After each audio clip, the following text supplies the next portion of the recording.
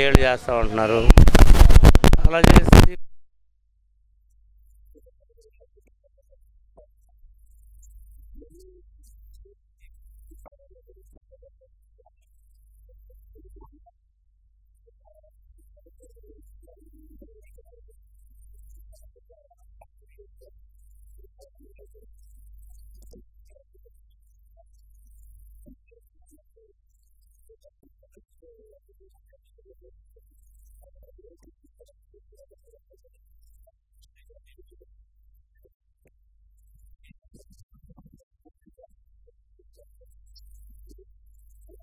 అట్లా కాదు, 2 నెలలు ఇచ్చారు, కొత్త కార్డు వచ్చిందని.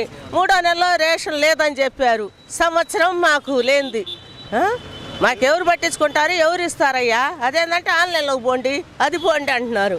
రేషన్ కార్డు పెట్టుకొని కూడా మేము మాకేం ఉపయోగం ఉంది చెప్పండి? పాలన అంటే ఇప్పుడు మామూలుగా చంద్రబాబు నాయుడు గారు ఉన్న వాళ్ళనే మాఫీలు చేశారు, రుణమాఫీలు. ఆపోటు లేని వాళ్ళకి బంగారం, గోల్డ్ మీద ఇలాంటి చిన్న చిన్న వాళ్ళకి చేస్తే ఉపయోగం కదా.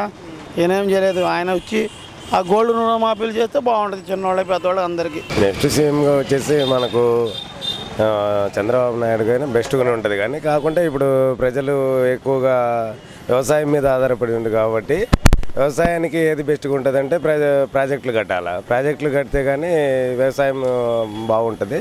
వ్యవసాయం బాగున్నప్పుడే ప్రజలు మొత్తం సిస్టమ్ మొత్తం కంట్రోల్గా బాగుండాలంటే నీళ్లు ఉండాలంటే ప్రాజెక్టులు కట్టే విధానాన్ని బట్టి ఉంటుంది.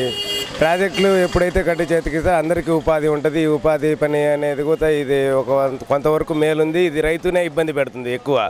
ఎందుకంటే ఉపాధి పనికి రేట్లు పెంచినప్పుడల్లా రైతు మీద పడిపోతుంది. రైతుకు ఇది 2 గంటలు పని చేసినప్పుడు వాళ్ళకు 2 గంటలకు 150-200 రూపాయల వేతనం చెల్లించినప్పుడు వాళ్ళు కూడా 200-300 రైతును వెచ్చిస్తున్నారు లేబర్ కూలీలు వచ్చేసి. ఈ విధంగా ఉపాధి పని కూడా ఒక ఉపయోగం ఉంది, ఒకవేళ నష్టం జరుగుతుంది.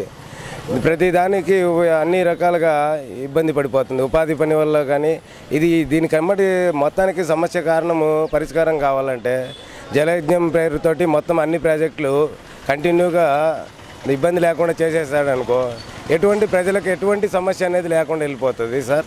దీనివల్ల ప్రజలు ఆరోగ్యంగా ఉండగలుగుతారు, సువిశాలంగా పంటలు పండించుకొని ఎక్కడికి వలసలు అనేవి పోకుండా ఏ ఊర్లో ప్రజలు అదే విధంగా బతికే అవకాశం ఎక్కువ % ఉంటుంది.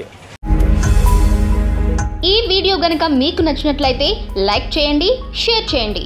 మరిన్ని వీడియోస్ కోసం మా ఛానల్ను సబ్స్క్రైబ్ చేయండి.